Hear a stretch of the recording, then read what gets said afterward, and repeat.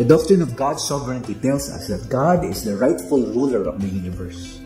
Every genuine born-again believer, every authentic evangelical Christian believes that God is sovereign. You don't need to become a Calvinist to believe in God's sovereignty. So you notice there's a difference between Calvinists' definition of sovereignty and non-Calvinists' definition of sovereignty. One defines sovereignty as deterministic, meticulous control of the world, but the other defines sovereignty as God in charge, governance, authority, influence. He allows and permits evil instead of decreeing, planning, or rendering certain every evil in the world. So for many Calvinists and many Reformed theologians, God's sovereignty in His providence means that everything down to the minutest details of history and individual lives, including persons' thoughts and actions, are foreordained and rendered certain by God. Even evil thoughts and actions are planned and brought about such that God sees to it that they happen to carry out His will.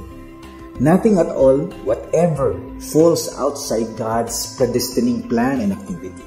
Everything that happens, including sin and crime and evil, is ordained by God for His own glory. In short, the Calvinist account of God's sovereignty inevitably makes God the author of sin and evil and innocent suffering.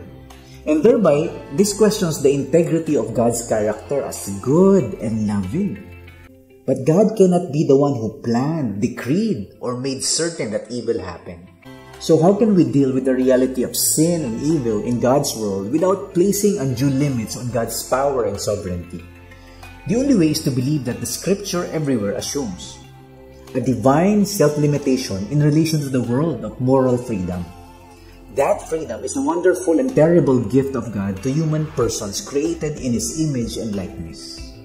In other words, God allows His perfect will to be thwarted by His human creatures, whom He loves and respects enough not to control them. So that means sin, evil, crime, and all the horrible things that human beings do are humans' responsibility. It was not God's responsibility. That means because of God's love for humanity and God's love for His creation, God is limiting Himself. For the meantime, God is allowing His sovereignty to be challenged until the full day when God's rulership and reign happens in the world.